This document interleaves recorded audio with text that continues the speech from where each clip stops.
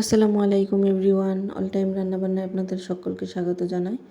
তো আজকে নতুন আরেকটি রেসিপি নিয়ে চলে আসলাম। বাড়িতেই কীভাবে শর্টকাট উপায়ে আমি পিৎজা তৈরি করি, তো সেই রেসিপিটাই আপনাদের সাথে শেয়ার করব। ভালো লাগলে অবশ্যই লাইক করবেন, কমেন্ট করবেন এবং সাবস্ক্রাইব করে পাশে থাকবেন। তো আমি প্রথমে পিৎজার ডোটা তৈরি করে নেব। তার জন্য আমি হাফ কাপ গরম পানিতে 1 টিস্পুন চিনি গুলে নিয়েছি। তারপর সেখানে আমি 1.5 কাপ পরিমাণ ময়দা দিয়ে তারপর 1 টিস্পুন লবণ দিয়ে ভালোভাবে একটা ডো তৈরি করে নিয়েছি এবং সেটাকে আমি 15 মিনিটের জন্য রেস্টে রেখে দেব। তো তারপর আমি এখানে চিকেনটা ম্যারিনেট করে নিচ্ছি। চিকেনের মধ্যে গোলমরিচ গুঁড়া, আদা বাটা, রসুন বাটা, লবণ দিয়ে ভালোভাবে ম্যারিনেট করে রেখে দিয়েছিলাম। তারপর আমি এগুলোকে তেলে ভেজে নেব। তো আমি চিকেনগুলোকে ভেজে নিচ্ছি। তো চিকেনগুলোকে সুন্দর করে ভেজে নিব।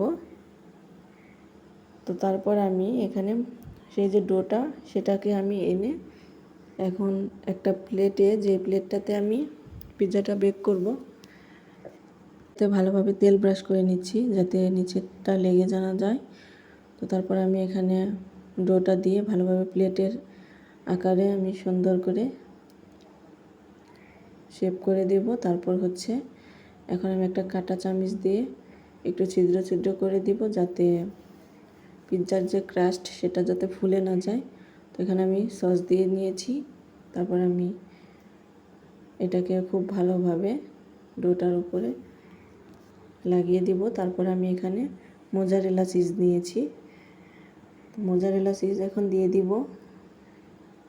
তো চিজটা দেওয়া হয়ে গেলে আমি এখানে চিকেনগুলো দিয়ে দিব, ভেজে রাখা চিকেন।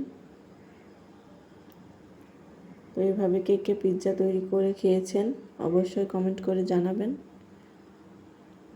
তো তারপর আমি দিয়ে দিয়েছি গাজর এবং কাঁচামরিচ লম্বা লম্বা করে ফালি করে কেটে দিয়েছি, যেহেতু আমার কাছে ক্যাপসিকাম ছিল না তো আমি তার জন্য এটা দিয়ে দিয়েছি। তারপর আমি আবার চিজ দিয়ে দিয়েছি। তারপর আবার দিয়ে দিয়েছি পেঁয়াজের রিং। তারপর উপর দিয়ে আমি আবার অরিগানো ছিটিয়ে দিয়েছি। তারপর আমি চুলা হাই হিটে কিছুক্ষণ গরম করে তারপরে আমি প্লেটটা দিয়ে দিয়েছি। তো এটা এখন আমি ঢেকে দিয়েছিলাম। এই তো দেখুন পিৎজাটা কিন্তু হয়ে গেছে। মাশাআল্লাহ, দেখতে কত সুন্দর লাগছে। তো খেতেও কিন্তু অনেক ভালো হয়েছিল, খুব টেস্টি হয়েছিল। তো আপনারাও কিন্তু এইভাবে পিৎজাটা তৈরি করে খেতে পারেন, অসম্ভব মজাদার। আর এই মেয়োনিজটাও কিন্তু আমি নিজের হাতেই বানিয়েছি। তো পরে অবশ্যই শেয়ার করব রেসিপি। তো ভালো থাকবেন সবাই। খোদা হাফেজ।